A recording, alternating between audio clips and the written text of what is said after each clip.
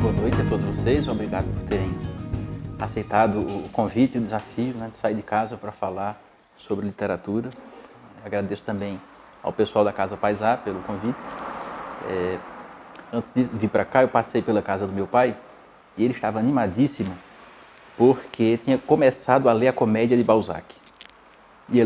O programa dele é ler 1 hora por dia, todos os dias, até concluir a leitura de todas as histórias.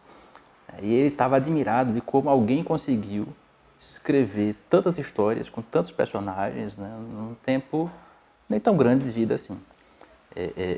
E a gente começou a conversar sobre isso, e a conclusão a que a gente chegou era a seguinte: olha, no tempo que Balzac escreveu literatura, não tinha cinema, não tinha televisão dentro de casa, não tinha...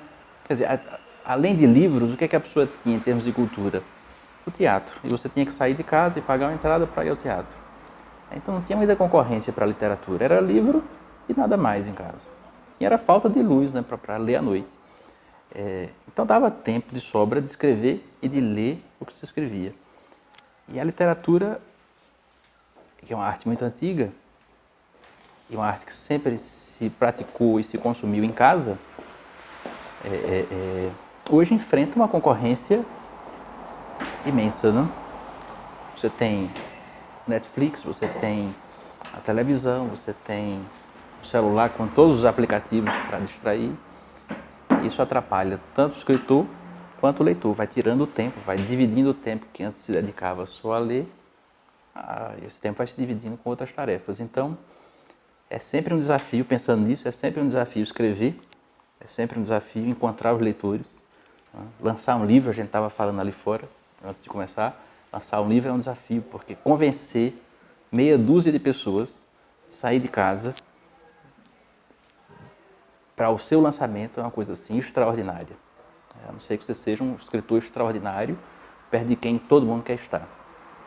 Então, trazer aqui uma dúzia de pessoas para conversar sobre literatura é uma coisa fantástica, né? Enfim, vocês me conhecem, eu sou Tiago Liafuc.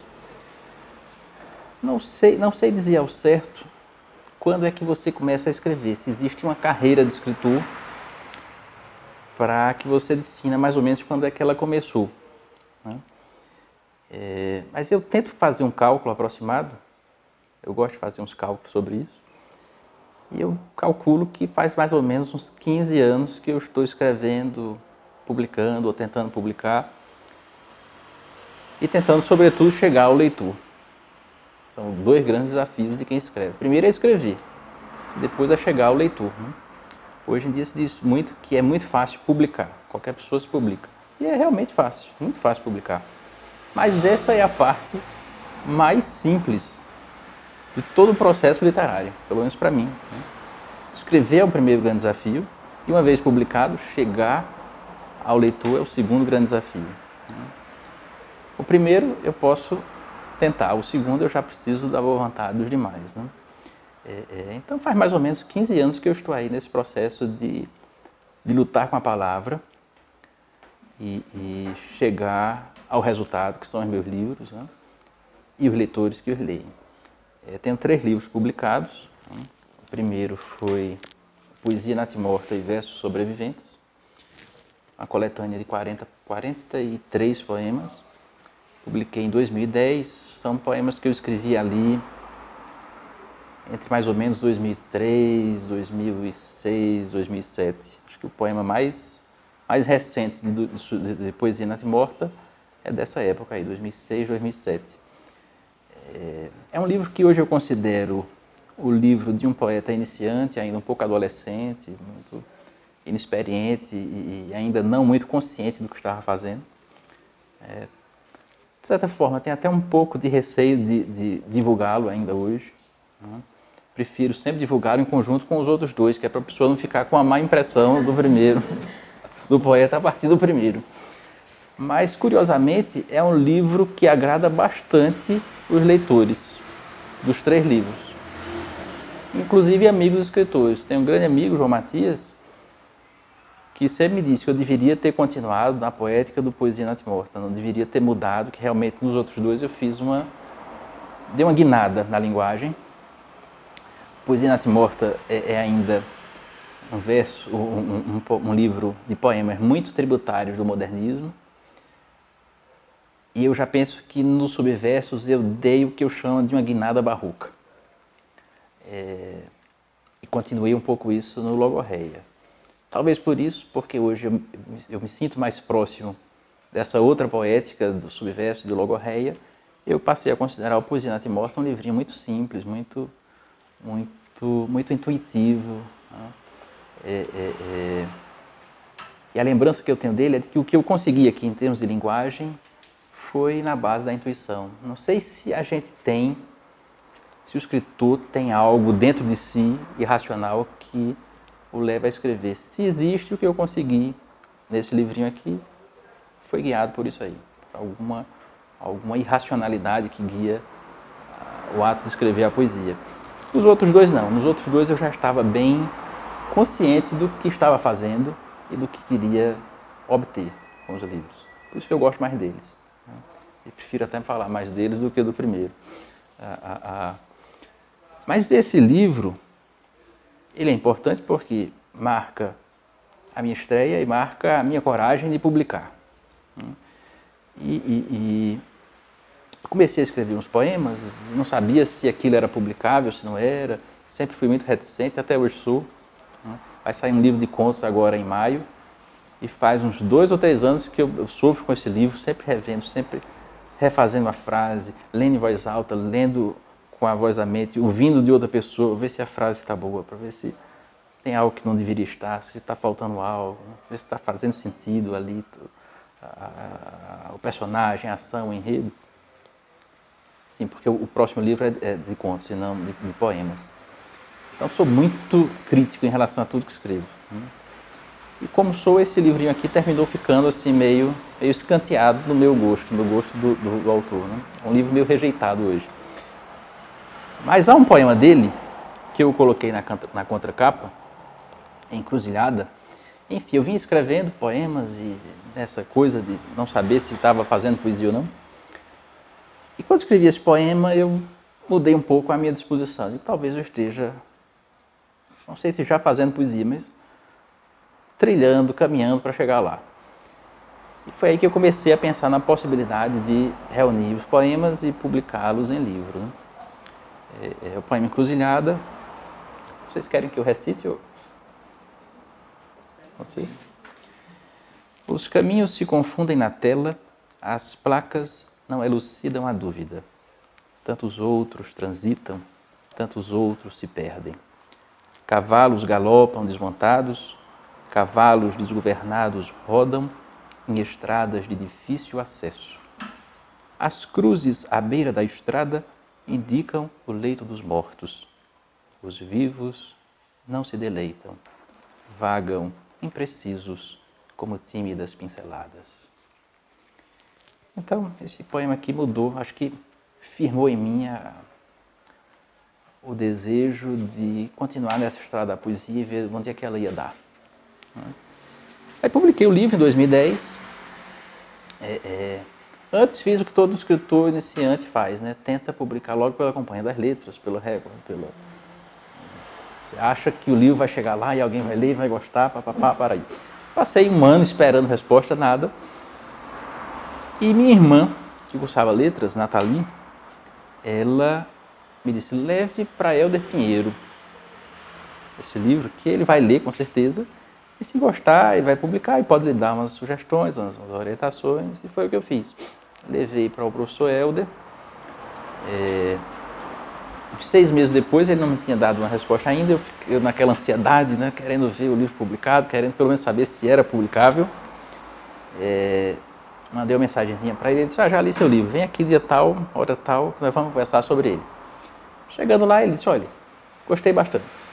Agora fiz umas observações aqui, ele fez realmente um trabalho de editor. Então tinha um poema, por exemplo, que depois ficou famoso, porque houve Beto Menezes, o romancista Beto, fez uma leitura dramatizada dele, que fez um sucesso danado no YouTube, Mas esse poema estava completamente estragado pelo autor do princípio. Porque eu colocava lá 2 versos finais que entregavam todo o mistério do poema. E o professor Helder fez esse trabalho de edição de dizer, olha, leia este poema, releia sem os 2 últimos versos. Eu reli. Não fez mais sentido, não abriu as possibilidades de significação do poema, abriu. Então, ele fez essas intervenções e foi uma coisa muito fundamental para o que eu fiz depois. Porque a partir daí eu passei a escrever sempre pensando nas orientações de Helder. Né? Releia e veja o que é que está desnecessário, o que é que está sobrando. O que é que fecha o sentido do poema em vez de abri-lo. Enfim, esse foi o primeiro livro. Né? Saiu então pela editora de Helder, A Bagagem. No segundo livro, que já veio bem depois, eu publiquei esse em 2010, e os outros 2 subversos vêm em 2016, Logorreia em 2017. Parece que foi muito tempo de um para o outro, pouco do segundo para o terceiro, mas na verdade eu estava fazendo tudo isso ao mesmo tempo. Os subversos é o meu preferido dos 3. Quando alguém pede para ler e pergunta, comece por onde? Eu digo, se for pelo preferido do autor, comece pelo subverso, porque ele não me envergonha, diferentemente do primeiro. Mas ele ganhou uma fama de ser um livro difícil. E às vezes eu acho que essa fama veio de leitores que não estavam habituados a ler poesia. Pessoas amigas, próximas, que compraram o livro e mais ou menos começaram a ler poesia a partir daqui. E como é um livro em que eu voltei muito a preocupação para a linguagem, para a forma como a gente conversava antes, isso talvez tenha criado algumas dificuldades para o leitor menos familiarizado, menos iniciado com a poesia. Mas não acho de forma alguma difícil. Hoje, quando eu releio, já começo a me perguntar se não está bobinho demais o livro. O nível de exigência do escritor exigente vai ficando maior à medida que o tempo passa, ele vai ficando mais crítico em relação ao que escreveu. Talvez por isso também a escrita vai ficando mais lenta, mais demorada, mais refletida. Mas o que aconteceu aqui de diferente nesse livro em relação ao primeiro? Os poemas de Poesia Natimorta, eu não escrevi pensando em chegar ao livro. Eu escrevia os poemas individualmente. Só a partir de determinado ponto eu parei, eu já tenho pelo menos quantidade para fazer um livro. Vamos ver se tem o livro. Aí comecei a comparar os poemas, a reunir aquilo ali. Nesse tempo eu manuscrevia ainda os poemas, os de Poesia Natimorta foram todos manuscritos. Depois eu tive um acesso de fúria contra a poesia e queimei todos os manuscritos. Não restou nada, absolutamente nada. Só o que eu tinha passado para o computador. E disso aí eu ainda fiz uma seleção, deletei mais um pedaço e fiquei nos 43 poemas de Poesia Natimorta. Subversos já foi outra coisa. E aí que eu sempre digo que começou a surgir a maturidade, o meu processo de amadurecimento em relação à poesia. Por quê? Eu vim escrevendo alguns poemas e já tinha ali uma meia dúzia quando eu me dei conta de que o que eu queria fazer não era ficar escrevendo poemas soltos, mas escrever um livro de poesia que funcionasse como um álbum. Assim como músicos que fazem álbum, em que aquelas músicas estão reunidas ali sob a direção de um projeto, eu queria fazer isso com um livro de poesia. De modo que Subversos não foi um livro inocente, não surgiu do acaso. Eu tinha meia dúzia, são 40 poemas, os outros 30 e tantos, escrevi pensando no livro. Inclusive na posição que ocupariam do livro. Que poema viria aqui, que poema viria depois desse, que poema viria antes, como seria dividido o livro, o Poesia Natimorta tem 3 sessões. Subversos já escrevi pensando na 4ª, e isso fazia um diálogo com as sessões do Poesia Natimorta. Poesia Natimorta tem uma primeira sessão de poemas que eu sempre digo que é o eu lírico se debatendo contra si próprio. Tem uma segunda, que é de poemas em que o eu lírico sai de si e olha para o mundo e fala de questões do seu tempo e do seu espaço. E uma terceira em que ele relaxa e se diverte. Eu queria fazer a mesma coisa nos subversos, mas queria que esse eu lírico passasse por um processo de formação ou de deformação. E eu incluí uma quarta seção, que é a segunda do livro. E essa seção é uma paródia de todo o rito da missa. O eu lírico sai de si e, antes de olhar para o mundo, ele passa por um ritual meio religioso, mas ao mesmo tempo subversivo, porque ele parodia todo o rito da missa. Aqui tem paródia do Pai Nosso, tem paródia da Ave Maria, tem paródia... meus avós eram muito religiosos e vinham ainda do tempo da missa em latim, então eu quando criança, via lá o missário antigo, com o rito antigo da missa, antes de passar para o português, ainda em latim. Então, há paródias de textos desse rito antigo da missa. O primeiro poema é isso. Então ele passa por esse processo e depois ele vai para os poemas em que trata do mundo, as questões do tempo e do lugar, e por fim, novamente, poemas mais lúdicos ou metalinguísticos, em que o eu lírico trata do processo de criação, e trata também do amor, há poemas eróticos aqui, que eu gosto bastante. Enfim, terminei o livro, novamente ninguém quis publicá-lo. Também mandei para o professor Helder, mas ele não me respondeu e eu já fiquei meio encabulado assim, de insistir no segundo. E eu terminei falando com o Flau Mendes, um grande artista aqui de Campina, que faz o projeto gráfico e as ilustrações dos 3 livros, e eu disse para ele: Flau, o livro está recusado, tacitamente, porque já passou mais de ano, ninguém se manifestou, mas eu queria publicá-lo e trazer essa ideia de recusa para o livro. Vou publicar por um selo meu, Edições Recusadas. Aí ele veio com essa ideia de um carimbo de recusa e colocou no livro. Depois eu consciente de que o livro tinha dado essa guinada poética, tinha se afastado um pouco do que me parece ser a convicção literária do nosso tempo. Nós ainda estamos vivendo talvez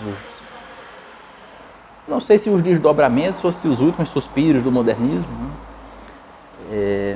Então, quando eu sabia que tinha feito essa mudança do primeiro livro para o segundo, e eu percebia isso nos comentários dos meus amigos escritores, que achavam que o livro estava meio defasado na linguagem, que tinha dado uma guinada para um caminho não muito bom, eu fiz um apanhado do que eu escutava desses amigos escritores, inventei 2 críticos, detonando o livro por essas razões, e coloquei na contracapa. E me diverti bastante fazendo isso, né? Me considerei bastante subversivo. Mas, enfim, recitei um poema dele, queria recitar outro daqui, pode ser?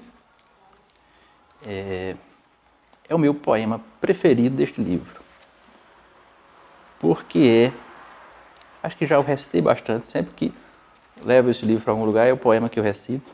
Daqui a pouco o pessoal vai pensar que só tem ele de interessante no livro, mas é aquele poema em que eu penso que mais me aproximei do que eu passei a considerar o meu projeto poético.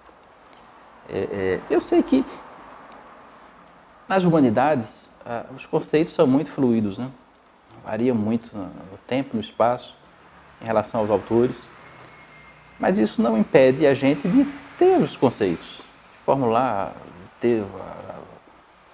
ideias do que são as coisas. E eu tenho minha concepção de poesia. Talvez seja um pouco ultrapassada, talvez não seja, mas enfim, é a minha e é o que me guia escrevendo. Eu penso muito em poesia como linguagem figurada e ritmada. Então o que eu tento fazer em poesia é isso. É figurar a linguagem, no som, no verso, na ideia, no discurso, figurar o máximo possível. Tentar escrever um texto que seja uma espécie de granada, que pareça muito simples por fora, mas se alguém puxar o gatilho, ele explode em possibilidades de sentido. Se o poema não for assim, para mim, ele não faz muito sentido. Então, meu preferido é o Juraci, porque eu acho que consegui me aproximar bem disso. E depois eu, inclusive, falo do que eu tentei fazer em Juraci e do que consegui em Logorreia. Juraci. Juraci, onde intocas que não vi tua boca? Onde escondes no quarto teus pendores do saco? Por que fazes a finta de figura pudica se na esquina te pintas? Juraci, ouve o estalo dos sapatos com salto, sente o sopro discreto que te sobe os cabelos, prova o beijo sem gosto que te ofertam remoto, mas não tremas o rosto. Juraci, não retornes dos desvios da noite, nem rejeite os prazeres embalados na rede, sem passar pelo anelo que floresce nos becos e desmonta o mistério. Juraci, não te esquives de enfrentar os patifes que te dizem pecado, mas disfarçam seus calos e não medem um terço se te mandam pro inferno da falange em teu dedo.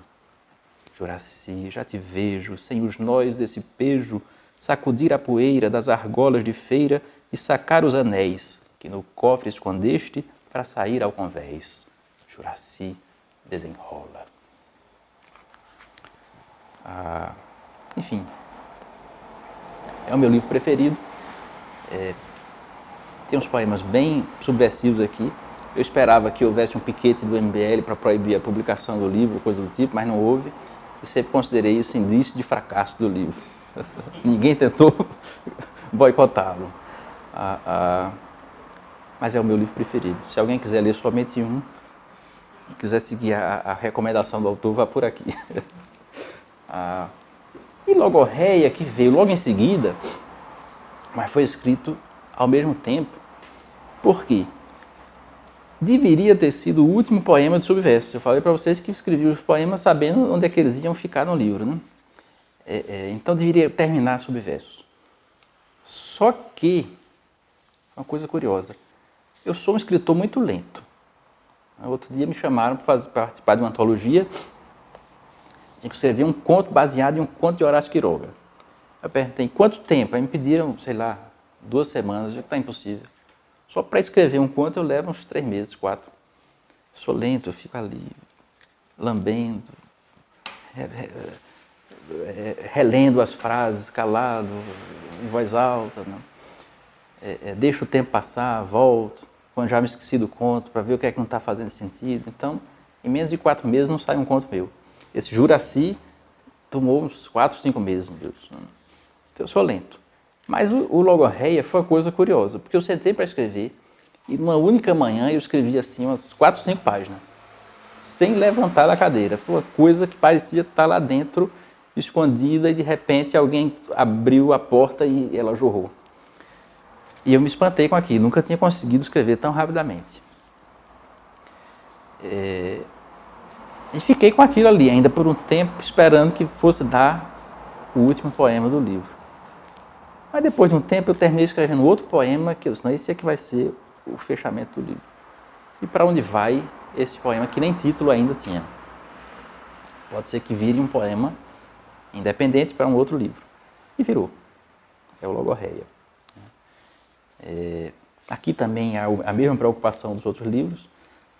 É um poema longo, dividido em 3 partes. Na primeira, o eu lírico se volta para si. Na segunda, ele trata de questões do seu tempo, do seu espaço. Mas aí já tem uma variação. Aqui ele não está falando de hoje apenas. O eu lírico está falando do que eu considero ser um processo que dura já faz uns 2 séculos. Não sei se vai muito certo para chamar isso de modernidade, mas talvez alguma coisa nesse tipo, nesse sentido. E na terceira parte, o eu lírico não está muito descontraído, ele não se diverte mais com os outros 2. Ele se questiona sobre o papel da poesia no mundo que ele sente se descortinar no final da segunda parte. Vem um mundo novo por aí. Será que a poesia ainda vai ter espaço nesse mundo novo? O eu lírico vai por aí. O meu eu lírico é mais esperançoso e menos desencantado do que eu, porque eu sou mais acho que não tem muito não, muito futuro, mas o eu lírico acho que tem. Ele termina com uma mensagem mais afirmativa de dizer, a poesia vai estar aí, desse jeito eu vou com ela. Bom, eu posso até ser mais desencantado, mas eu continuo escrevendo. Né? Agora o que eu fiz? O poema, no final das contas, tinha umas 21 páginas de Word, 21. Sim, porque também tem isso. Eu sou meio preso a certos padrões quando estou escrevendo. Então, quando eu terminei a primeira parte, ela tinha 7 páginas. E eu fiquei preso à ideia de que as outras 2 partes tinham que ter, cada qual, 7 páginas também. Ele terminou tendo 21 páginas de Word. Aqui no livro tem um pouquinho mais. Mas eu senti, ao terminar o poema, que eu poderia publicá-lo sozinho, mas que ali eu estava também concluindo um primeiro ciclo dessa minha tentativa de fazer literatura. Por quê? Primeiro porque eu tenho me dedicado muito mais hoje à prosa do que à poesia. Eu senti que eu estava indo mais para a prosa. E senti também que eu queria continuar na poesia, se continuasse, com essa proposta de focar na linguagem figurada e ritmada, né? Em poemas que tivessem muita significação, mas tentando dar um ajuste nessa linguagem. Um ajuste, voltando um pouco ao modernismo, voltando um pouco a uma linguagem que na superfície, pelo menos, parecesse não estar brincando com o leitor. Então eu senti que esse livro ia encerrar esse ciclo, com a poesia e na poesia. Então eu tinha que falar alguma coisa sobre a poesia, que não estivesse no poema. Pensei inicialmente em fazer um ensaiozinho, um artigozinho, alguma coisa do tipo. Mas eu não sou um acadêmico, não sou um teórico de literatura, não sou um crítico, eu sou um escritor. A velha guarda dos escritores que se formavam em direito e se tornam burocratas e por acaso escrevem. Então não fazia muito sentido escrever ensaio, escrever artigo. Eu tinha que chegar a uma solução para dizer o que eu precisava dizer, num formato mais literário, digamos. E aí eu bolei a história de dar uma entrevista a mim mesmo. Que a Gabriela está rindo ali. Então, depois do poema, há uma entrevista que o autor concede a si mesmo por falta de quem tem interesse em fazê-la. E aí eu tento resumir o que eu andei pensando de poesia enquanto escrevi os 3 livros e o que eu estou pensando para eventuais novos livros daqui em diante. Bom, e para completar, os livros costumam ter biografia, né? No primeiro livro eu fui bem comportadozinho, né? Falei que comecei a escrever sobre a influência dos avós e dei todo um tom familiar ao livro. No segundo eu estava querendo ser subversivo, aí já fui num texto mais que para mim é bobo, mas para algumas pessoas pode parecer mais picante, porque eu li uma entrevista de William Faulkner na Paris Review, que ele dizia que a profissão mais recomendada para um escritor é a de gerente de cabaré, porque ele fica desocupado durante o dia, trabalha só à noite, também se divertindo e goza do respeito geral das pessoas por ali. E fica vendo a comédia humana, voltando para Balzac, né, em curso, e dali ele se inspira para contar suas histórias. Aí eu brinquei com isso na orelha, né? E disse que o autor estava se preparando para ganhar a vida em Montreal, onde planejava ser gerente de cabaré, coisa do tipo. Uma tia minha distribuiu alguns livros desses para umas pessoas conhecidas, e uma moça ganhou esse livro que estava interessada em poesia e queria saber o que é que eu estava escrevendo. Aí deixou o livro em casa, a avó leu, abriu e pô, deu na orelha. Aí disse, minha filha, não leia isso não, que isso é imoral.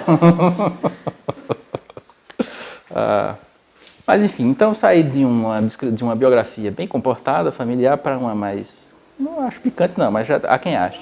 Então é uma mini autobiografia, na verdade, de um espírito em constante reencarnação. Então a primeira parte da biografia começa ainda nos primórdios da espécie, né, nas savanas africanas, e vai até 2000, a uma encarnação do espírito em 2479, né? quando o espírito espera não estar mais nem encarnado num corpo, mas em algum chip, em alguma inteligência artificial, coisa do tipo. Essa é a brincadeira do livro. Não pensei em nenhum trecho particular do poema para recitar, porque acho que ia ferir o poema. Se lesse só um pedacinho dele, é melhor ler todo. Então são 3 livros de poesia, e vem aí agora pela frente um livro de contos. Que eu também passei essa década inteira escrevendo. Desde 2009 eu escrevo esses contos, são 12. São 10 anos escrevendo 12 contos, lambendo. Ainda hoje, o livro já quase pronto, o editor me mandou já diagramado, e eu fui relê-lo todo, passei o dia inteiro relendo esse livro todinho, porque eu já li demais, então já leio rápido, né? No 10º conto do livro, chegou a hora que eu parei, mas eu ainda estava deixando isso aqui, aí tirei uma frase, eu mandei para ele sem aquela frase. E ainda troquei outras 2 palavras, 10 anos fazendo isso, escrevendo, reescrevendo. Esse livro tiver uma porcaria, realmente eu não tenho mão para o conto. Enfim, ele vai sair pela editora Moinhos.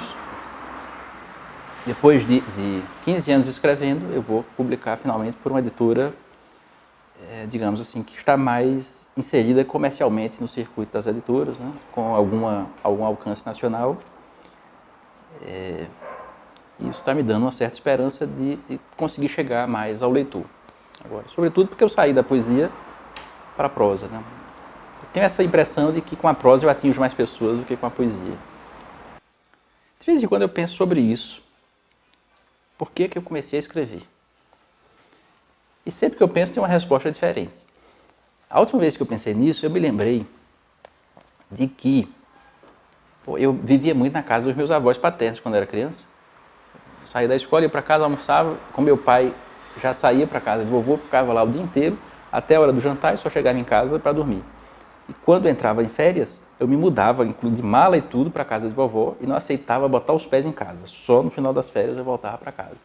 Até os meus 12 anos, minha referência de casa era muito mais a casa de vovô e vovó do que a minha casa. E minha mãe, que está aqui, vivia brigando comigo por causa disso. Vivia tentando me prender em casa. Só quando minha irmã mais nova nasceu, está ali, Marina, foi que eu comecei a querer ficar em casa, porque eu queria desbravar esta novidade que era ter um bebê em casa.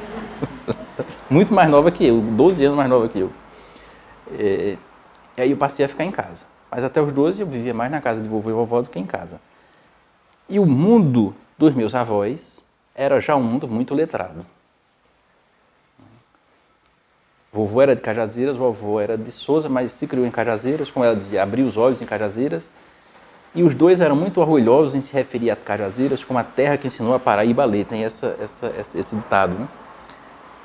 E as pessoas do mundo deles, de Cajazeiras, que eu conhecia, eram pessoas muito letradas, que liam muito, que faziam poesia, inclusive.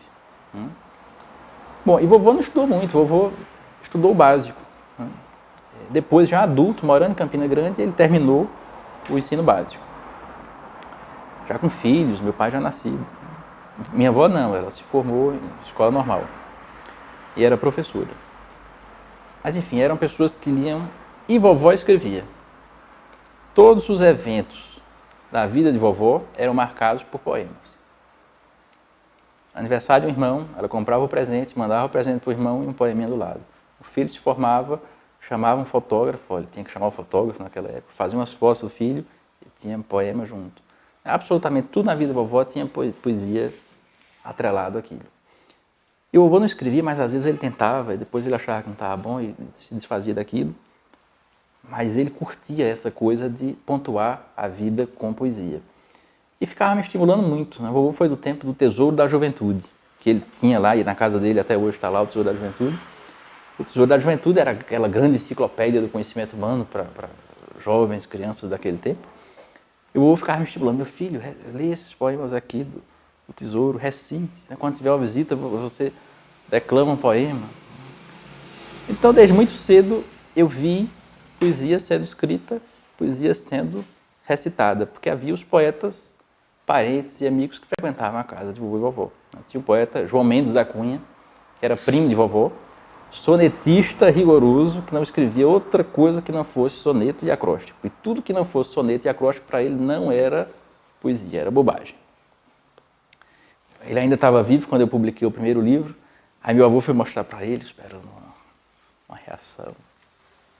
Ele disse, podia rimar e metrar, não era? Podia rimar e metrar, não era? Enfim, para ele não era poesia. E olhe que o primeiro livro, Helder Pinheiro notou bem, tem ranço da poesia metrada. Porque não são poemas regulares, mas são poemas, eu me esqueci, tem uma categoriazinha para isso, um poema, esqueci. É quando os versos são metrados, mas o poema não tem um padrão de métrica, né? Um tem 3 sílabas, o outro tem 5, o outro tem 7, mas dentro daquelas regras. E quase todos os poemas são assim, mas ele não percebeu isso, ele queria o soneto. Mas enfim, essas figuras estavam desde muito cedo no meu imaginário. Nunca me esqueci de uma certa noite que houve uma festa na casa de vovó e quem apareceu por lá foi o poeta Jansen Filho. Era um poeta caudaloso. Na casa de vovô tem uns livraços dele assim. Eu acho que ele piscava o olho e escrevia um livro de 300 páginas. Eu nunca me esqueci dessa noite que ele apareceu lá e recitou o poema em banda de lata, né? E todo mundo ficava em torno ali do poeta para ouvi-lo recitar, né? Então, de certa forma, eu estou no século XXI, mas uma parte de mim nasceu no século XX e de lá não saiu. E acho que essa parte tem muito a ver com esse universo da cultura literária e não visual que eu bebi desde muito cedo na casa dos meus avós. Então, como eu dizia, nessa pergunta tem muitas respostas, mas a resposta de hoje seria essa, né? Por meus avós, eu tive acesso a esse mundo antigo, letrado e literário, e isso me levou, de alguma forma, para a literatura. Nesse sentido, é muito significativa uma coisa que eu sempre esqueço, mas agora eu lembrei. O poema mais antigo de poesia natimorta foi escrito no mês em que vovó faleceu. Todos os outros são depois disso, né? Então é bem significativo. No mês em que morreu a pessoa que me apresentou a poesia, eu comecei a fazer poesia. Não sei se eu tentei continuar a vovó por meio da poesia. Essa era a primeira pergunta. A segunda era os autores que influenciaram.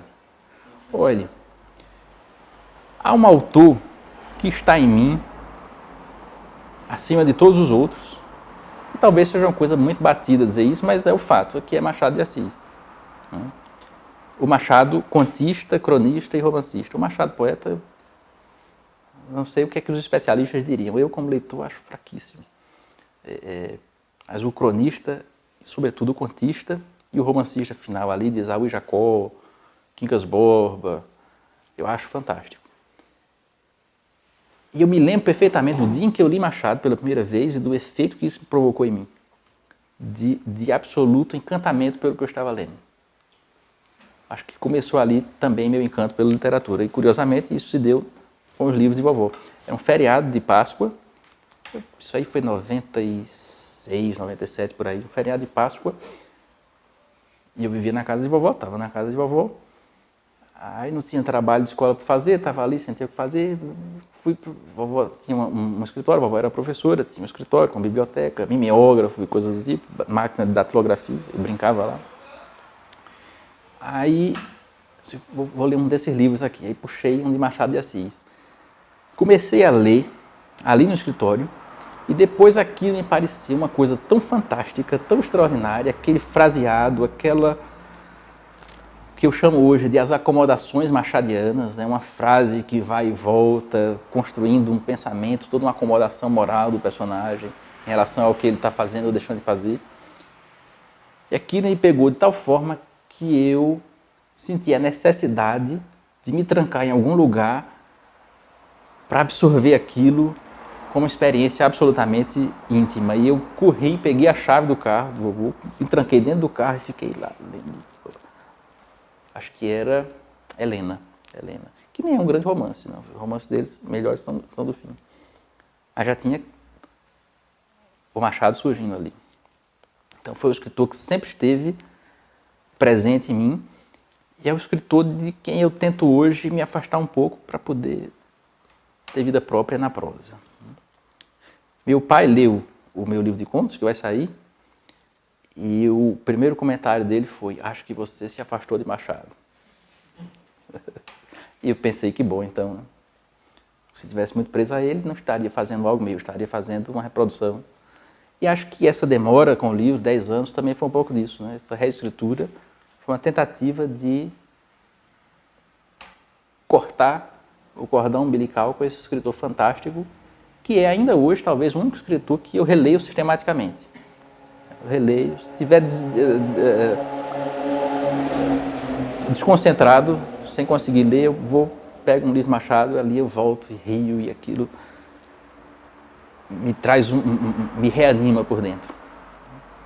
Mas li muito também Borges, li muito o Nelson Rodrigues, cronista, que é inclusive quem sustenta que a crônica de Nelson Rodrigues tem um quê de ensaio, e eu tendo a concordar em parte e tendo a discordar em parte.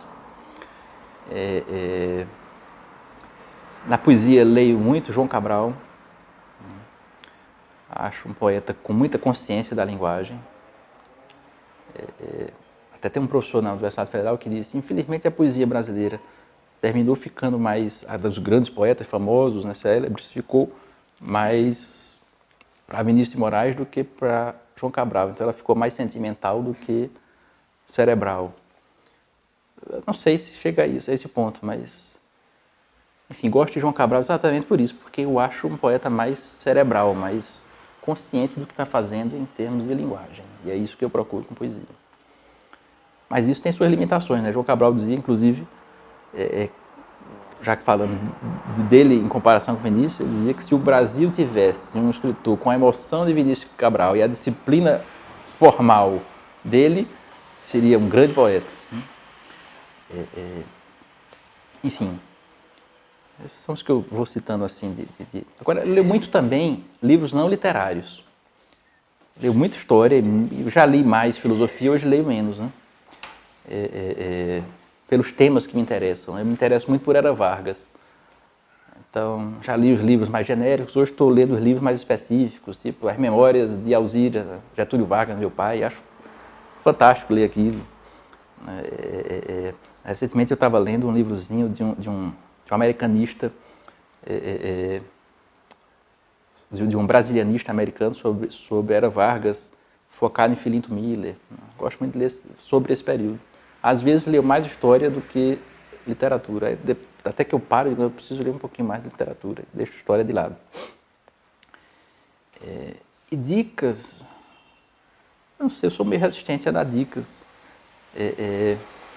Eu acho que quem quer escrever deve encontrar o seu caminho enquanto escritor e também enquanto leitor.